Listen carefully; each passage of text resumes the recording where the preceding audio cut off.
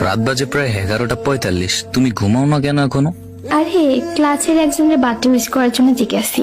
বাপরে, কারে birthday wish করার জন্য জেগে আসো? ফ্রেন্ড। ছেলে নাকি মেয়ে? ছেলে।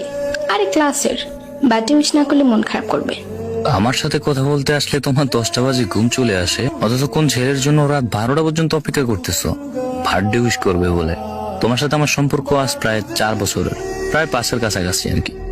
কই কোনোদিন তো আমাকে 12টায় বার্থডে উইশ করোনি। আর সবচেয়ে বড় কথা হলো তোমার ছেলে বন্ধু আছে, আমি তো কখনো শুনিনি। তবে নীরব নামের একটা ছেলে নাকি তোমার ভাই, তাও ক্লাসমেট। যাই হোক, ওটা নিয়ে আমি কখনো কিছু বলি নাই, কিন্তু হঠাৎ ছেলে ফ্রেন্ড আবার উইশ করার জন্য রাত 12টা পর্যন্ত অপেক্ষা। আরে তুমি এসব কি উল্টাপাল্টা ভাবো? ও আমাকে উইশ করেছে একদিন, সেজন্য আমিও যদি উইশ না করি কেমন দেখাবে না ব্যাপারটা? ও আচ্ছা, উইশ করা হইলে ঘুমিয়ে যেও, আমার ঘুম আসতেছে। আল্লাহ হাফেজ।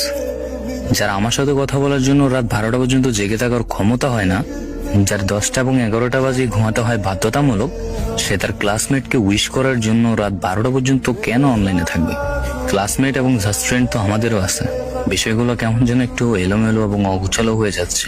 এ বিষয়ে অবশ্যই জানার প্রয়োজন আছে, জানার দরকার আছে। আগামীকালই জানার চেষ্টা করবো কে এই ছেলে যাকে বার্থডে উইশ করার জন্য আমার গার্লফ্রেন্ড রাত 12টা পর্যন্ত অপেক্ষা করতেছে।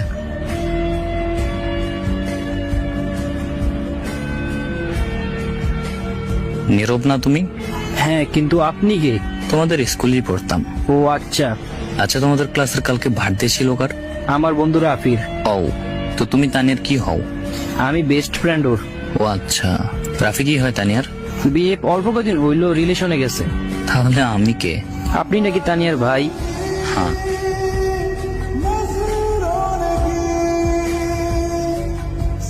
হ্যালো ভাই। তানিয়ার সাথে কিভাবে রিলেশনে গেছো? আপনি কে? আমি ওর ফ্রেন্ড। তানিয়া বলেনি আমায় ও যে রিলেশনে গেছে। ও